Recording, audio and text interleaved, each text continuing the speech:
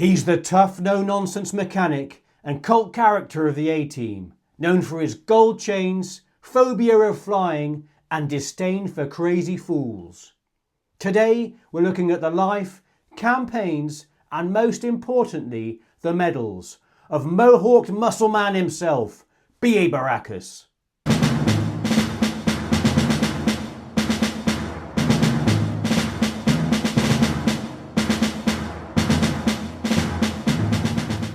Sergeant Baracus's ribbons show 2 decorations for meritorious service or good conduct, 1 mystery ribbon, 2 campaign or service medals, and 2 foreign awards. Born in Chicago, Bosco Baracus later became known as B.A., short for bad attitude. We learn that as a child, Baracus was nicknamed Scooter and decided to join the army to learn a skill or trade, such as being a mechanic.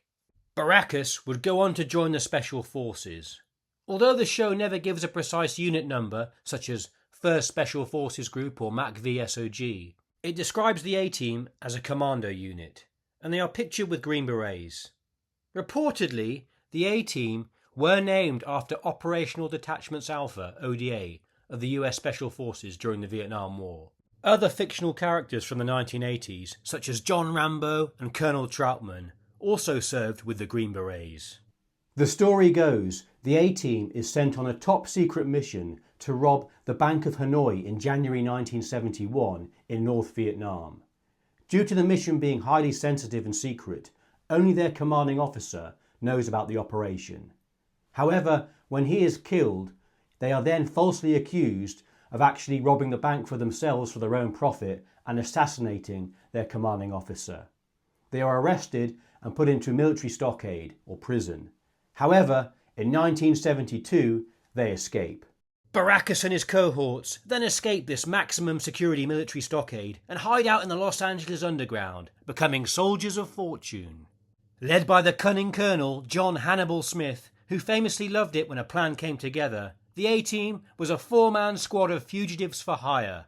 Hannibal was the cigar-chomping brains of the operation. Lieutenant Templeton Faceman Peck, simply known as Face, besides serving as eye candy for millions of 80s mums who were forced to watch the A-Team by their kids, was the smooth-talking conman who could charm his way in and out of anything. Then there was B.A. Baracus, the team's ever-scowling, no-nonsense mechanic and muscle, always ready with a wrench, a growl and a punch.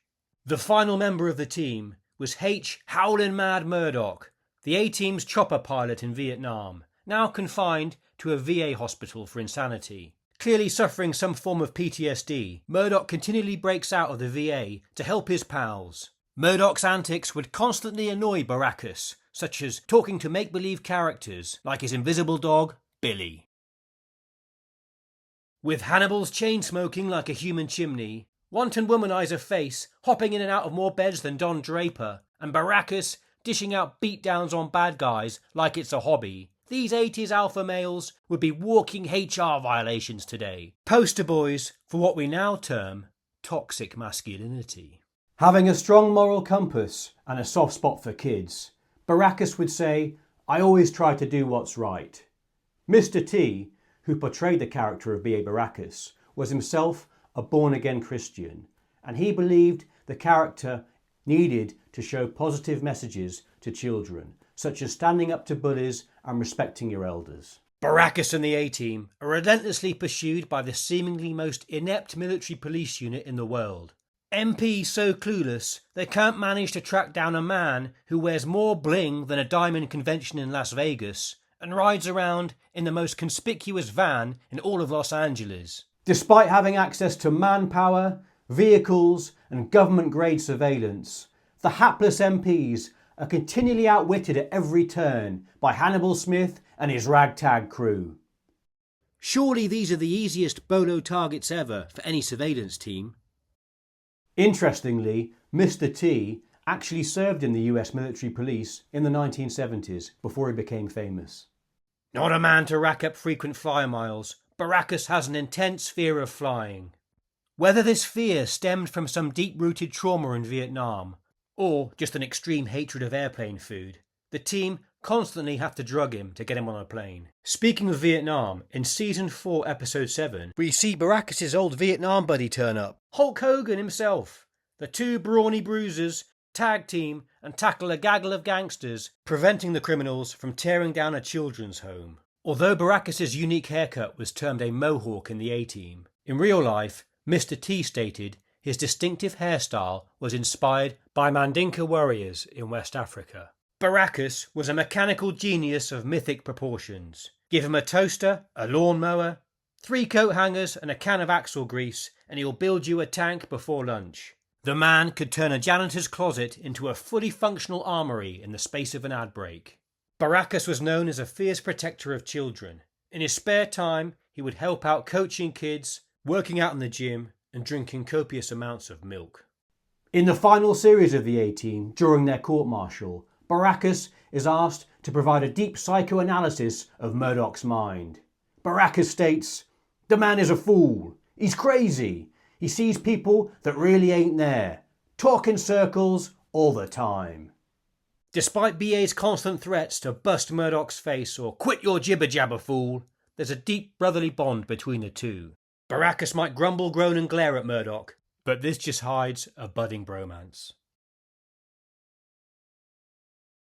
Baracus medals are Army Achievement Medal, Army Good Conduct Medal, for a man with a reputation for slugging out officers and making Charles Bronson look like a Boy Scout. I'm not exactly sure how he managed to get this. The next ribbon I have no idea. If anyone can identify, please let me know in the comments.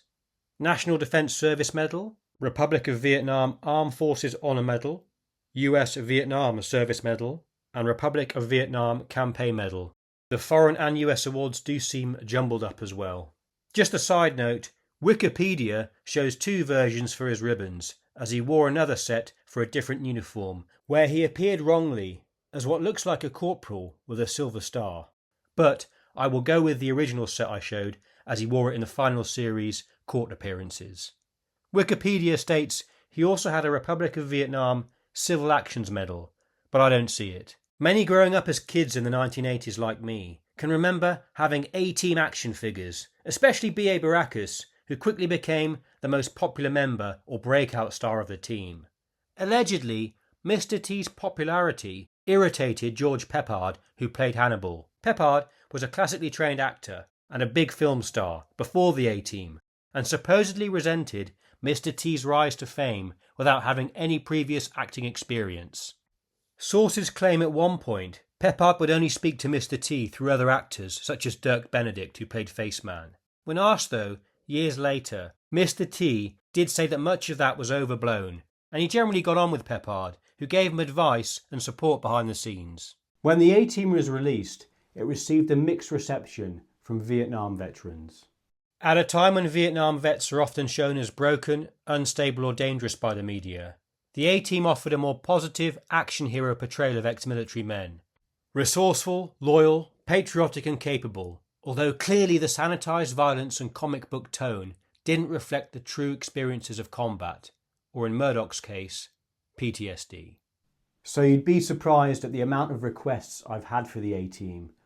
I hope you appreciate this tongue-in-cheek style. There's no other way really I could have done this, I think. But I hope you found some little value from this.